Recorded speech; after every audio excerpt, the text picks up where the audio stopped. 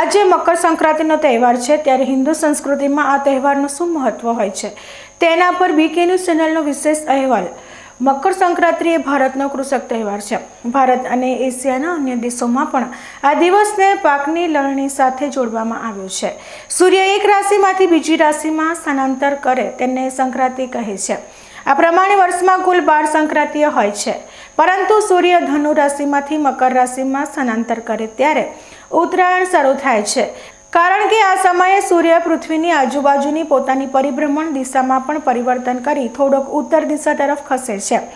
આમ સૂર્ય ઉત્તર તરફ ખસતો હોવાથી આ દિવસને ઉત્તરાયણ તરીકે પણ ઓળખવામાં આવે છે। ઉત્તરાયણને શુભ મુહૂર્ત માનવામાં આવે છે। મકર સંક્રાંતિને આ શુભ સમયની શરૂઆત રૂપે ઉજવવામાં આવે છે। અલગ અલગ સંસ્કૃતિઓમાં ઉજવણી અલગ અલગ રીતે કરવામાં આવે છે। મકર સંક્રાંતિ પર જ્ઞાનની દેવી માં સરસ્વતીની પૂજા અને આદર કરવાનો પણ તહેવાર છે। જીવનના લક્ષ્યો પૂરા કરવાની ઈચ્છા રાખનાર માટે આ આદર્શ સમય મનાય છે।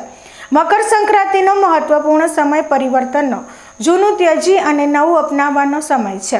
ગુજરાતમાં આ સમયે છળેલા ધાન્યની અને તલની મીઠાઈઓ, ખાદ્ય પદાર્થો બનાવી અને દાન કરવામાં આવે છે। આ ઉપરાંત આજના દિવસે ઘઉં, બાજરી કે જુવારને છડીને તેનો ખીચડો બનાવવામાં આવે છે। બહેન, દીકરી તથા અન્ય લોકોને ખીચડો ખવડાવવાથી પુણ્ય મળે છે તેવી માન્યતા પણ ગુજરાતીઓમાં પ્રવર્તે છે। આ ઉપરાંત ઘઉંની ઘૂઘરી કરીને ગાયોને ખવડાવવામાં આવે છે। ભારતના અન્ય પ્રાંતોમાં આજના દિવસે માલિક પોતાના નોકરોને અન્ન, વસ્ત્ર અને ધન વગેરેની સામગ્રી દાન ભેટ સ્વરૂપે આપે છે। મકર સંક્રાંતિના પછીના દિવસે પશુ પ્રાણીઓ, ખાસ તો ગાયને પણ યાદ કરાય છે। નાની બાળાઓના હસ્તે પશુ પક્ષી અને માછલીઓને ભોજન ખવડાવાય છે।